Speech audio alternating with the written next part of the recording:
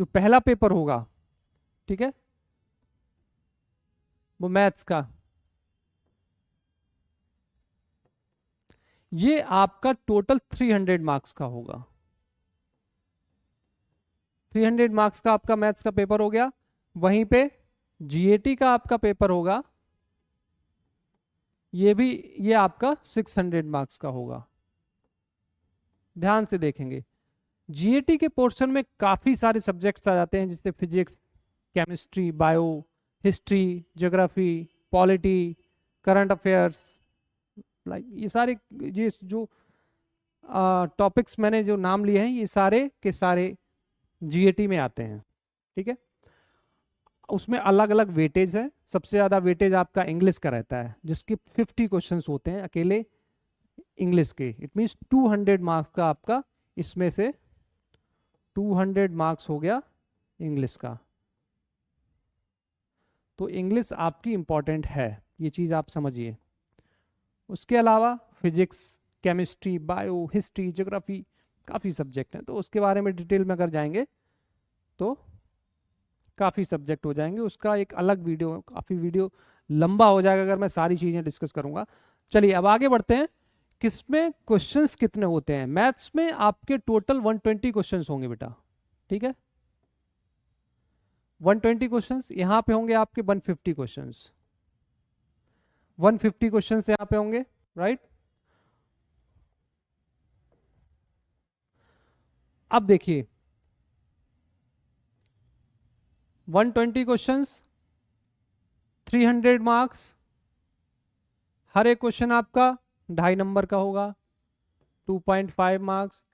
150 questions, 600 marks, हर question आपका 4 marks का होगा, ठीक है।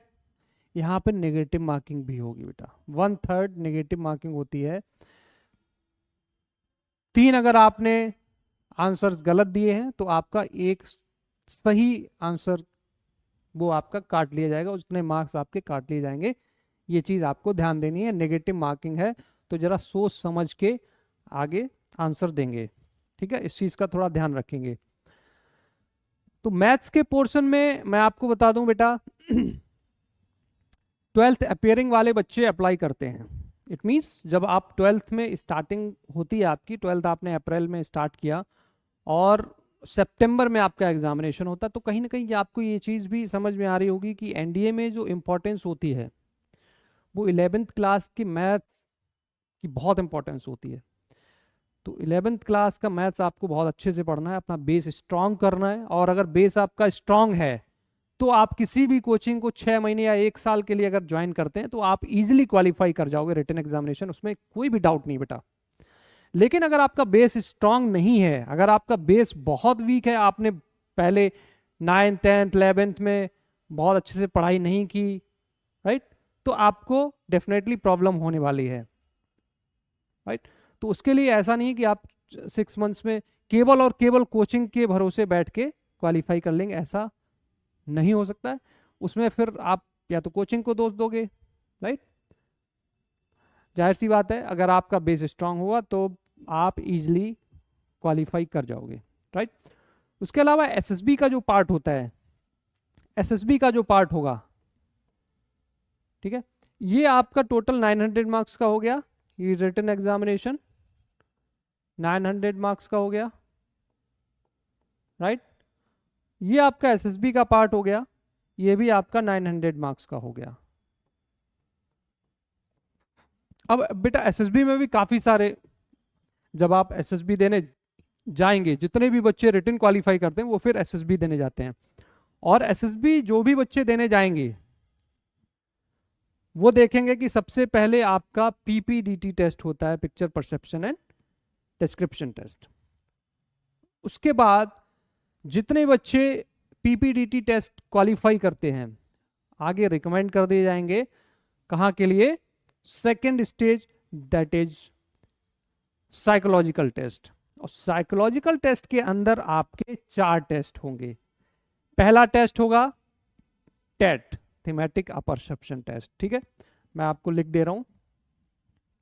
यहां पे आपका आएगा पहला टेट, उसके बाद आएगा वेट, वर्ड एसोसिएशन टेस्ट, ध्यान देंगे, वर्ड एसोसिएशन टेस्ट है, उसके बाद है SRT, सिचुएशन रिएक्शन टेस्ट, उसके बाद होगा आपका SDT। ये बेटा चारों टेस्ट जो होंगे वो ऐसा नहीं कि ओरली और ये सारी चीजें होंगी, ये आपका रिटन फॉर्मेट में होगा पूरा। जैसे PPDT होता है उसी बेस्ड पे टेट बनाया गया है, और टेट में भी आपको स्टोरी राइटिंग करनी पड़ेगी, मैंने स्टोरी लिखनी पड़ेगी, ये चीज़ आपको समझनी है। उसके बाद वर्ड एसोसिएशन टेस्ट WAT, इसमें भी आपको अपनी सीट पे पूरा कंप्लीट रिटन में आपका ये भी टेस्ट होगा। SRT भी, सब जितने सिचुएशन रिएक्शन होते हैं उसका टेस्ट भी आपका रिटन में होगा, आपको रिटन में अपने आंसर्स लिखने होंगे। उसके अलावा SDT हो गया, जिसमें आपको अपने बारे में डिस्क्राइब करना होता है, you have to describe your weak points, strong points, right.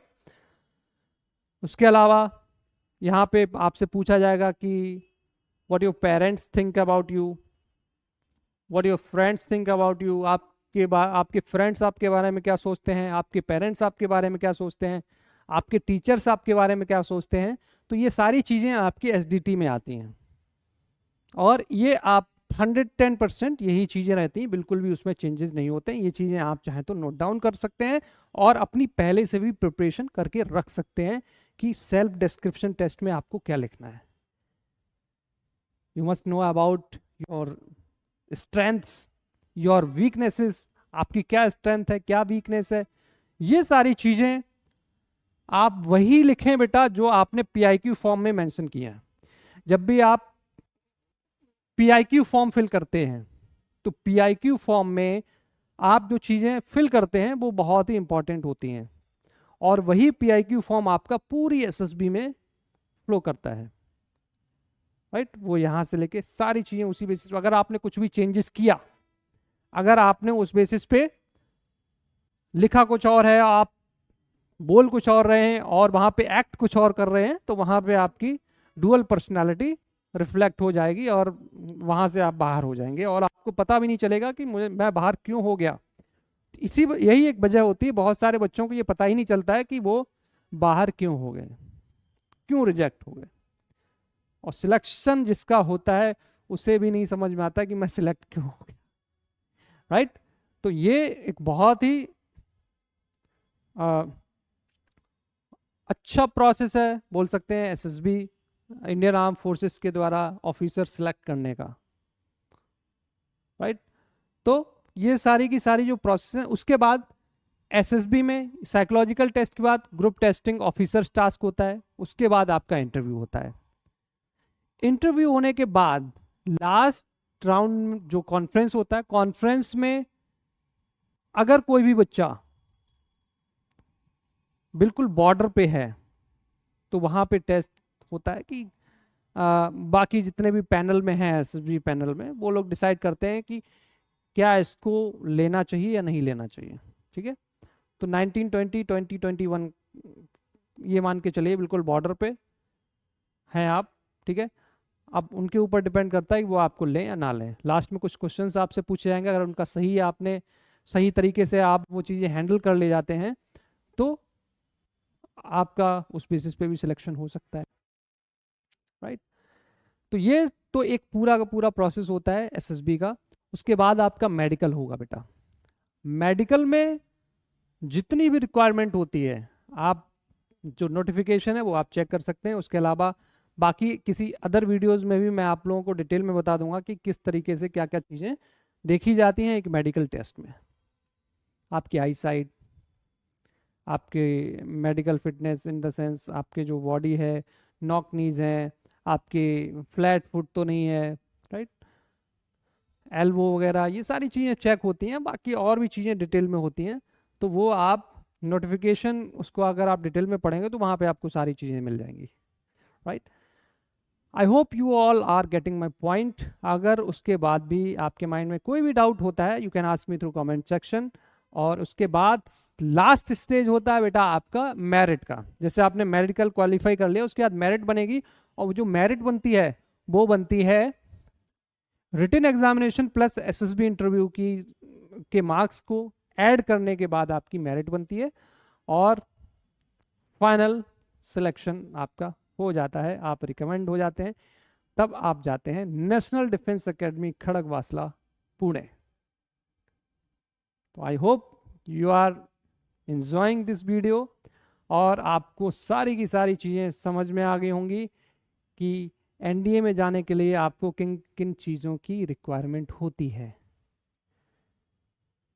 तो कैसा लगा ये वीडियो कमेंट सेक्शन में ज़रूर बताएं, और अगर आपके माइंड में कोई और क्वेरी है जिस पे और भी वीडियोस आप चाहते हैं कि उस पर बनाया जाए, then you can tell me, I will try to do the same. Thank you so much. जय हिंद।